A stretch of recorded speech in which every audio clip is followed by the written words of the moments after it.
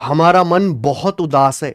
किसी भी चयन आयोग के लिए इससे शर्मनाक हरकत क्या होगी कि जिस कर्मचारी चयन आयोग एसएससी पे बच्चों को एग्जाम दिलवाने की जिम्मेदारी है, एक सरकारी नौकरी देने की जिम्मेदारी है, उसके बनाए गए वेंडर पे, एग्जाम सेंटर्स पे जब बच्चे पेपर देने जाते हैं, तो जब एग्जाम सेंटर पे गड़बड़ियां निकलती हैं, बच्चे कंप्लेंट करते, तो उनकी जो है परेशानियों को सुनने की बजाय वह स्टूडेंट्स को मारा पीटा जाते, उनके साथ गाली गलौज की जाती, उनके साथ अभद्रता की जाती है।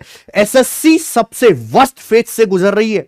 बुरा टाइम तो हमेशा से था ही, अब यह सबसे वर्स्ट टाइम शुरू हो चुका है। ये बच्चे की वीडियो जब मेरे पास आई रात को, मेरा मन ये देख के दहल गया कि ऐसा कैसे हो सकता है। हम क्या वाकई भारत देश में रह रहे हैं कि हम नॉर्थ कोरिया में तानाशाही में रह रहे हैं। एक बच्चा जो वहां पेपर देने गया है, वो किसी चीज को लेकर कंप्लेन कर रहा है, तो ये बाउंसर्स को हक किसने दिया कि वहां बच्चे के साथ मारपीट की जाएगी?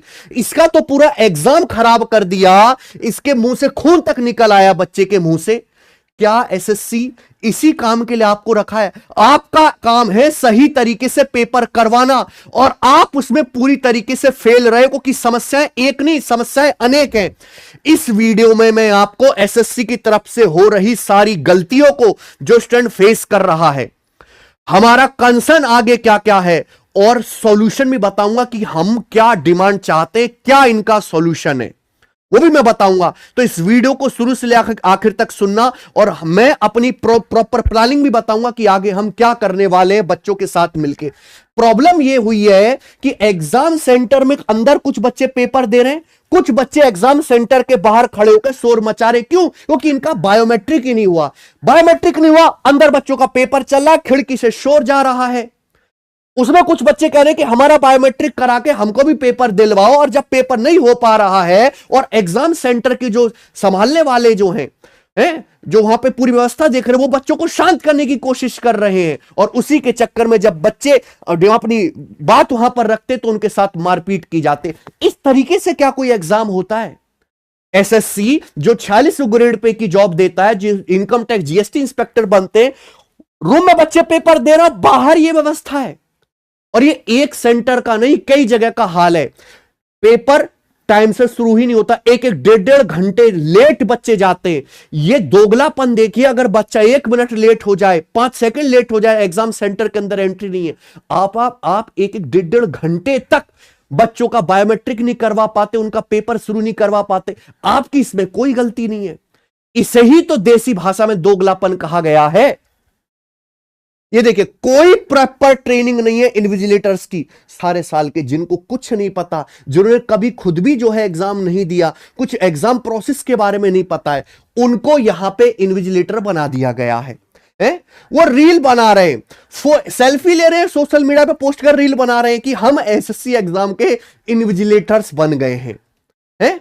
रील बना रहे, यहां पे फोन चला रहे हैं, एग्जाम सेंटर के अंदर बैठ के फोन चला रहे। मोबाइल का एक्सेस कैसे आया? जब वहां पे प्रॉपर कैमरा लगे हुए ना, बच्चा फोन ले जा सकता है, तो इन्विजिलेटर के पास फोन कैसे आया? ये अभी कमियां बता रहा हूं, फिर सॉल्यूशन भी बताऊंगा। ये एग्जाम सेंटर की हालत देख लीजिए, रिमोटेस्ट मतलब गांव से भी मतलब बुरी हालत में जो है एग्जाम सेंटर। ये शकल से देख के कहीं तुमको लग रहा है कि एसएससी के एग्जाम सेंटर है? देखिए, ये दादी अम्मा बैठे कुर्सी पर डंडा लेके टाइट सिक्योरिटी कर रही है, एकदम तगड़ी सिक्योरिटी है, कुछ गड़बड़ ना हो जाए।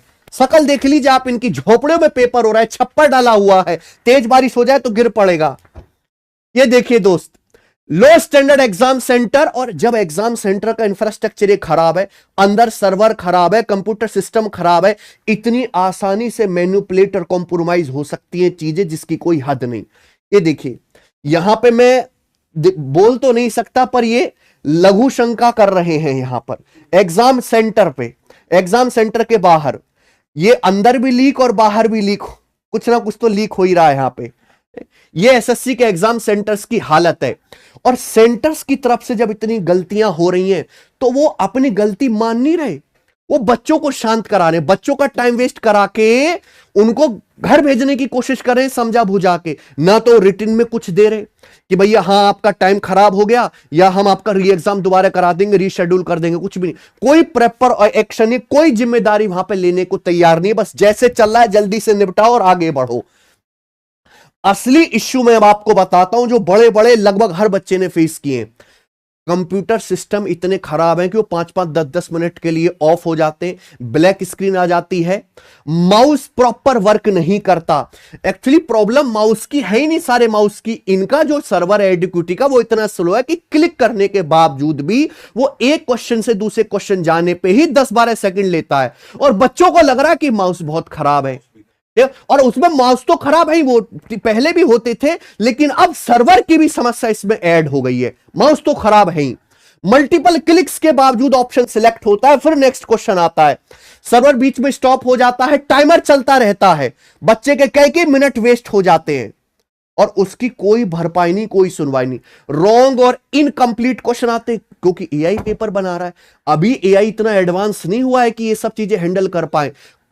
इनकंप्लीट क्वेश्चन आता, फिगर्स नहीं आती, और जब फिगर ही नहीं होगी तो उस फिगर के बेसिस पे बच्चा सवाल कैसे सॉल्व करेगा? इससे क्वेश्चन सॉल्व करने लायक होता ही नहीं है, फिगर मिसिंग है। रीजनिंग के, ज्योमेट्री के कई सवालों में मैसिव क्वेश्चन रिपीटेशन।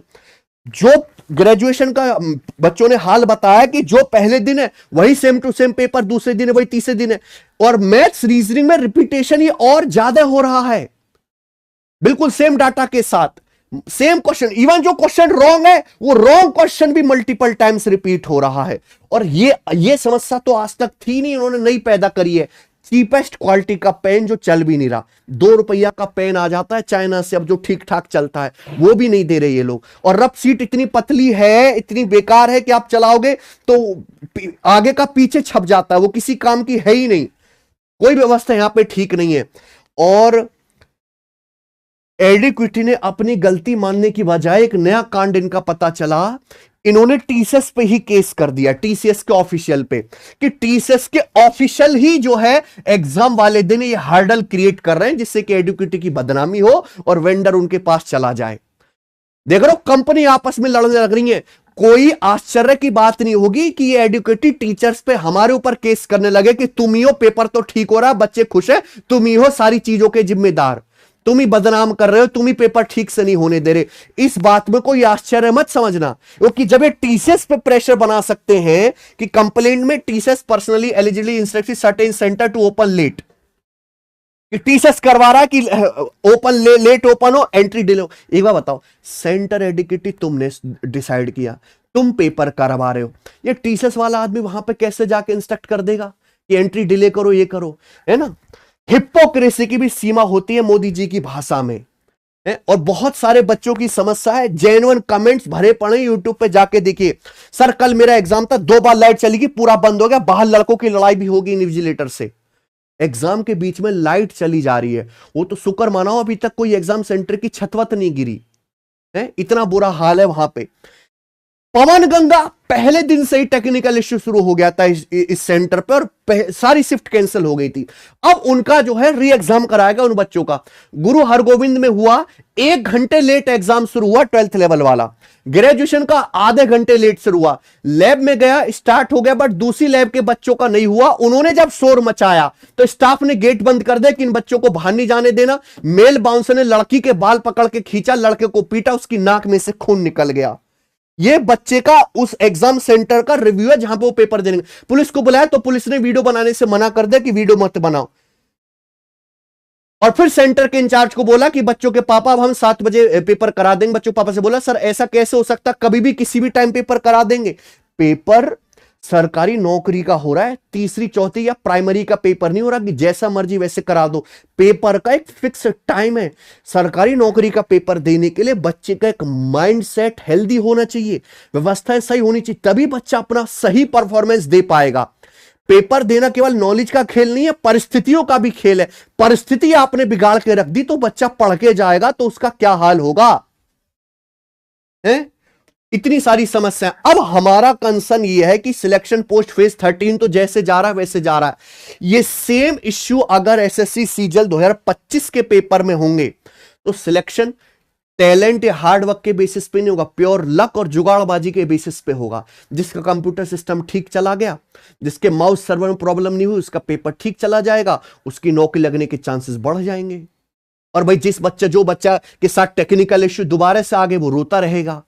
तो ये तो चीज बहुत गलत है, इससे डिजर्विंग कैंडिडेट सफर करेंगे, रियल मेरिट सही तरीके से बन ही नहीं पाएगी। और एसएससी में जो भरोसा बच्चों का आया था थोड़ा बहुत कि सही टाइम से एग्जाम होता है, अरे एग्जाम हो रहा है तो सही से भी तो होना चाहिए, वो भरोसा पूरी तरीके से टूट जाएगा। अब हमारी डिमांड क्या है? सिलेक्शन पोस्ट फेज 13 के कई सेंटर्स पे एग्जाम जो है कैंसिल हुए हैं, गड़बड़ियां हुई हैं, सेंटर्स खराब है, सर्वर खराब है, टेक्निकल प्रॉब्लम से दुनिया भर के इश्यू हैं। तो वो तो री एग्जाम होंगे ही होंगे, लेकिन बेहतर और तब होगा जब सिलेक्शन पोस्ट की सारी शिफ्ट कैंसिल करके बच्चों का दोबारा से एग्जाम कराया जाए, सही व्यवस्था करके।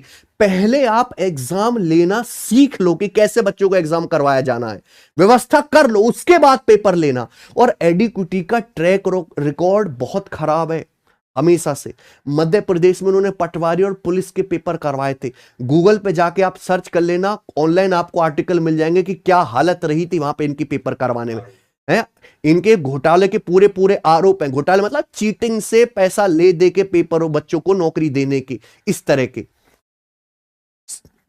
बच्चे भी जो है बर्दाश्त कर लेंगे। देखो स्टूडेंट्स, अगर आप चाहते हो कि व्यवस्था ठीक हो तो उसमें थोड़ा समय लगेगा, डिले होगा, आप उसको आपको ना उसके लिए तैयार रहना पड़ेगा कि 3 से 4 महीने पेपर आगे भी हो जाए तो आपको कोई परेशानी होनी नहीं चाहिए। सारे लड्डू एक साथ नहीं आ सकते मेरे भाई, एक एक करके ही चीजें स्टेप बाय स्टेप सुधरेंगी।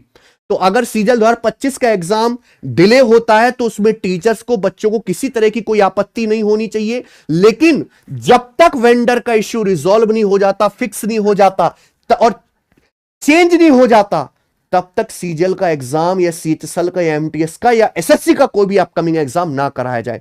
हमें वेंडर सही चाहिए, एग्जाम सेंटर सही चाहिए, लैब सही चाहिए, वहां पे व्यवस्थाएं सही चाहिए, एग्जाम सेंटर दूर दूर ना भेजे जाएं, ये सारी चीजें हैं। एग्जाम बिल्कुल फेयरनेस हो, अकाउंटेबिलिटी, जिम्मेदारी हो, ट्रांसपेरेंसी हो हर एग्जाम के अंदर, क्योंकि ये बच्चों के फ्यूचर की बात है। और इस देश में यंग युवाओं के बच्चों के फ्यूचर से बड़ा अभी कुछ भी नहीं है। ये हमारी डिमांड है कि जब तक अगला एसएससी का पेपर ना कराया जाए, जब तक चीजें सुधर नहीं जाती। एआई का इस्तेमाल क्यों हो रहा है और कैसे किया जा रहा है? क्या एआई को आपने वो कमांड नहीं दी कि 2 शिफ्टों में एक जैसे प्रश्न आ रहे हैं, same to same ditto? AI को अगर आप इंस्ट्रक्शन दोगे, तो हम भी एआई का यूज करते हैं, तो एआई हर शिफ्ट में बिल्कुल डिफरेंट क्वेश्चन सेट करके देगा। क्यों हो रहा है? रेलवे के एग्जाम में भी ऐसा हुआ था कि एक जैसी शिफ्ट बन गई थी बिल्कुल दो, तो कैंसिल करना पड़ा। लेकिन यहां लापरवाही ये हो रही है, लेकिन कोई कैंसिल की बात अभी तक इन्होंने नहीं की है। अब मेरे भाई,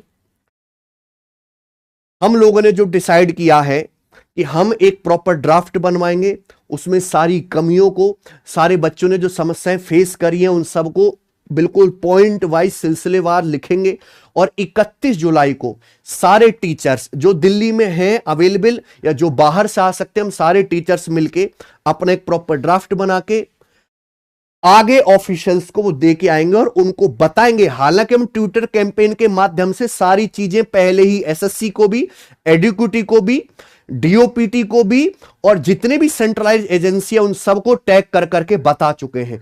पर रिटन में सारे टीचर्स ड्राफ्ट ले जाके बना के वहां पे जमा करेंगे। और हमारी कोशिश ये रहेगी मेरे भाई कि एसएससी के आगे के एग्जाम सही तरीके से हो, और तब तक कोई एग्जाम ना हो जब तक वेंडर और उसकी दुनिया भर की समस्याएं सुलझ नहीं जाती। अब याचना नहीं, रण होगा मेरे भाई, क्योंकि अन्याय बहुत ज्यादा हो चुका है। सिलेक्शन फोर्स जो है फेज 13 का हमने बुरा हाल देख लिया है। ये सेम हाल हम CGL, CHSL, CPO, selection post, MTS, steno में होते हुए नहीं देखना चाहते। उसमें बच्चों को भी साथ में आना होगा, शांतिपूर्ण तरीके से। पहले हम अपनी बात एक ड्राफ्ट में लिख के वहां आगे ऑफिशियल तक पहुंचाते हैं और उसके बाद जो है हम इंतजार करेंगे उनके जो है जवाब का। चीजें सुधार के रहेंगे, इस तरीके से चीजें नहीं चलनी चाहिए। हमारा मन यही था कि चलो अब एडिक्विटी पेपर करवा रहा है, नया वेंडर है, चीजें सुधरेंगी, पर चीजें सुधरी नहीं है, चीजें और खराब हो गई हैं।